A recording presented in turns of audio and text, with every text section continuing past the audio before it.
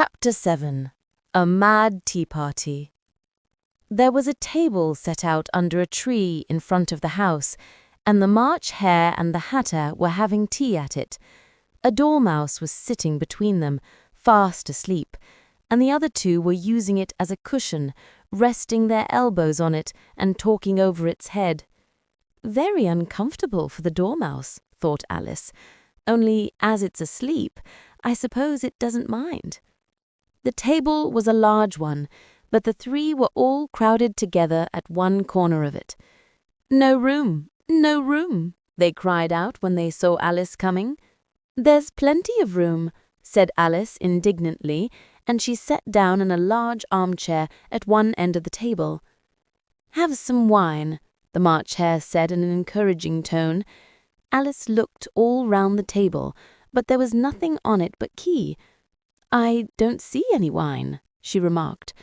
"There isn't any," said the March Hare. "Then it wasn't very civil of you to offer it," said Alice angrily. "It wasn't very civil of you to sit down without being invited," said the March Hare. "I didn't know it was your table," said Alice. "It's laid for a great many more than three." "Your hair wants cutting," said the Hatter. He had been looking at Alice for some time with great curiosity, and this was his first speech. "You should learn not to make personal remarks," Alice said with some severity. "It's very rude." The Hatter opened his eyes very wide on hearing this, but all he said was, "Why is a raven like a writing desk?" "Come, we shall have some fun now," thought Alice. "I'm glad they've begun asking riddles. I believe I can guess that," she added aloud. "Do you mean that you think you can find out the answer to it?" said the March Hare. "Exactly so," said Alice. "Then you should say what you mean," the March Hare went on. "I do," Alice hastily replied. At least, I mean what I say. That's the same thing, you know." "Not the same thing a bit," said the Hatter. "You might just as well say that I see what I eat is the same thing as I eat what I see.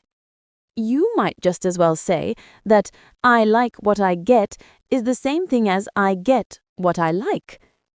You might just as well say," added the Dormouse, who seemed to be talking in his sleep, "that I breathe when I sleep is the same thing as I sleep when I breathe."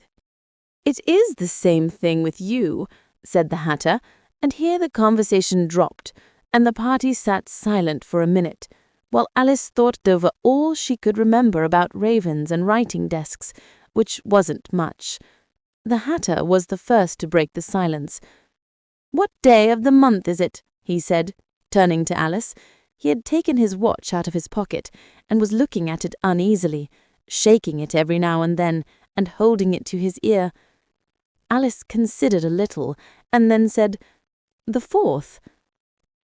"2 days wrong," sighed the Hatter. "I told you butter wouldn't suit the works," he added, looking angrily at the March Hare. "It was the best butter," the March Hare meekly replied. "Yes, but some crumbs must have gotten as well," the Hatter grumbled. "You shouldn't have put it in with the bread knife." The March Hare took the watch and looked at it gloomily.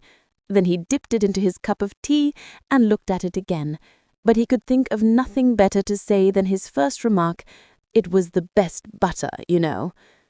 Alice had been looking over his shoulder with some curiosity. "What a funny watch," she remarked. "It tells the day of the month and doesn't tell what o'clock it is." "Why should it?" muttered the Hatter. "Does your watch tell you what year it is?" "Of course not," Alice replied very readily. "But that's because it stays the same year for such a long time together." "Which is just the case with mine," said the Hatter. Alice felt dreadfully puzzled. The Hatter's remark seemed to have no sort of meaning in it, and yet it was certainly English. "I don't quite understand you," she said, as politely as she could. "The Dormouse is asleep again," said the Hatter, and he poured a little hot tea upon its nose. The Dormouse shook its head impatiently and said, without opening its eyes, Of course, just what I was going to remark myself." "Have you guessed the riddle yet?" the Hatter said, turning to Alice again. "No, I give it up," Alice replied. "What's the answer?" "I haven't the slightest idea," said the Hatter. "Nor I," said the March Hare. Alice sighed wearily. "I think you might do something better with the time," she said, "than waste it in asking riddles that have no answers." "If you knew time as well as I do," said the Hatter, "you wouldn't talk about wasting it. It's him." "I don't know what you mean," said Alice. "Of course you don't," the Hatter said, tossing his head contemptuously. "I dare say you never even spoke to time." "Perhaps not," Alice cautiously replied, "but I know I have to beat time when I learn music." "Ah, that accounts for it," said the Hatter. "He won't stand beating. Now, if you only kept on good terms with him, he'd do almost anything you liked with the clock. For instance, suppose it were 9 o'clock in the morning, just time to begin lessons. You'd only have to whisper a hint to time, and round goes the clock in a twinkling. 1:30, time for dinner." "I only wish it was," the March Hare said to itself in a whisper. "That would be grand, certainly," said Alice thoughtfully. "But then I shouldn't be hungry for it, you know." "Not at first, perhaps," said the Hatter, "but you could keep it to 1:30 as long as you liked." "Is that the way you manage?" Alice asked. The Hatter shook his head mournfully. "Not I," he replied. "We quarrelled last March, just before he went mad, you know," pointing with his teaspoon at the March Hare. "It was at the great concert given by the Queen of Hearts, and I had to sing, 'Twinkle, twinkle, little bat, how I wonder what you're at.' You know the song, perhaps?" "I've heard something like it," said Alice. "It goes on, you know," the Hatter continued, "in this way. Up above the world you fly, like a tea-tray in the sky. Twinkle, twinkle." Here the Dormouse shook itself and began singing in its sleep, "Twinkle, twinkle, twinkle, twinkle," and went on so long that they had to pinch it to make it stop. "Well, I'd hardly finished the first verse," said the Hatter, "when the Queen jumped up and bawled out, 'He's murdering the time! Off with his head!'" "How dreadfully savage!" explained Alice. "And ever since that," the Hatter went on in a mournful tone, "he won't do a thing I ask it. It's always 6 o'clock now." A bright idea came into Alice's head. "Is that the reason so many tea things are put out here?" she asked. "Yes, that's it," said the Hatter with a sigh. "It's always tea time, and we've no time to wash the things between whiles." "Then you keep moving round, I suppose," said Alice. "Exactly so," said the Hatter, "as the things get used up." "But what happens when you come to the beginning again?" Alice ventured to ask. "Suppose we change the subject," the March Hare interrupted, yawning. "I'm getting tired of this. I vote the young lady tells us a story." "I'm afraid I don't know one," said Alice, rather alarmed at the proposal. "Then the Dormouse shall," they both cried. "Wake up, Dormouse!"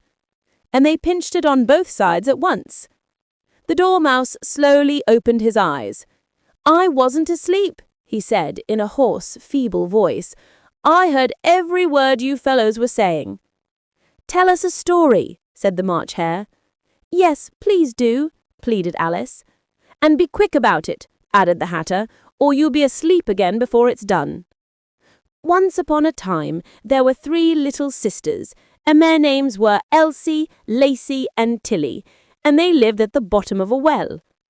"What did they live on?" Alice asked, who always took a great interest in questions of eating and drinking. "They lived on treacle," said the Dormouse, after thinking a minute or two.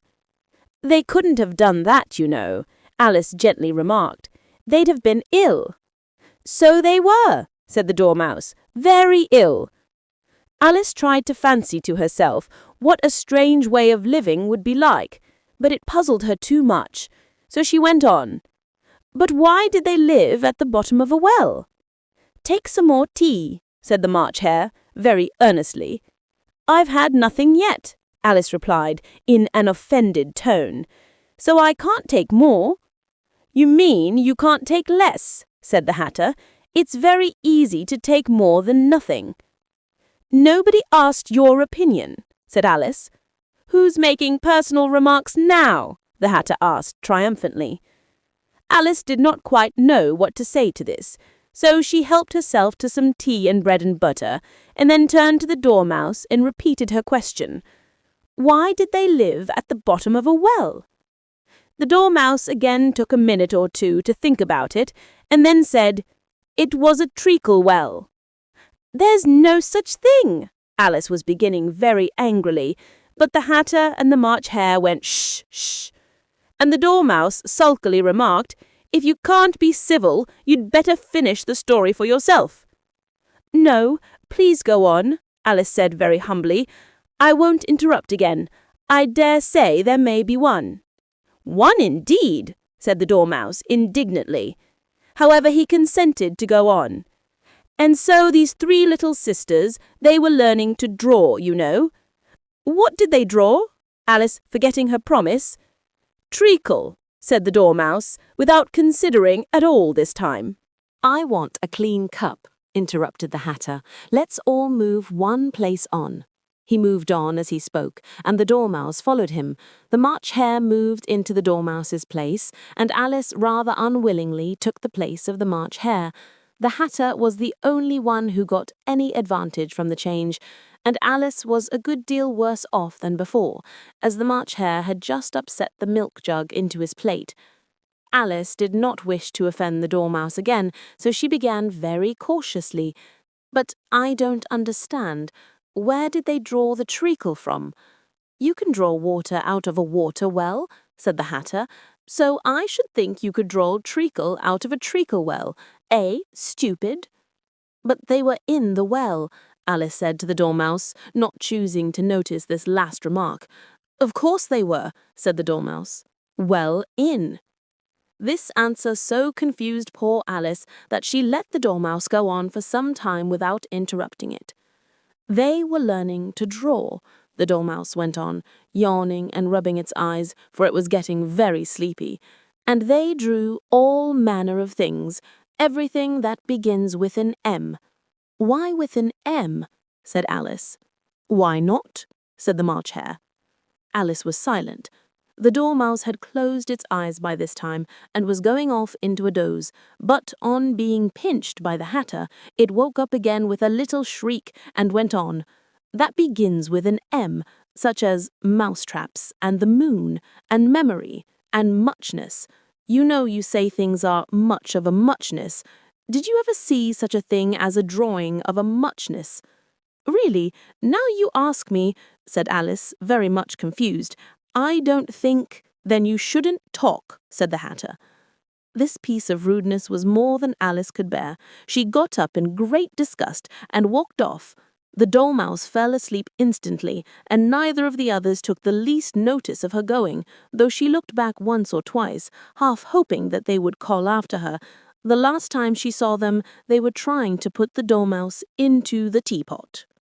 "At any rate, I'll never go there again," said Alice as she picked her way through the wood. "It's the stupidest tea party I ever was at in all my life." Just as she said this, she noticed that one of the trees had a door leading right into it.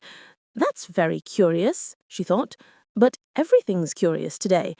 I think I may as well go in at once," and in she went. Once more she found herself in the long hole and close to the little glass table. "Now I'll manage better this time," she said to herself, and began by taking the little golden key and unlocking the door that led into the garden. Then she went to work nibbling at the mushroom, she had kept a piece of it in her pocket, till she was about a foot high. Then she walked down the little passage, and then she found herself at last in the beautiful garden, among the bright flower beds and the cool fountains.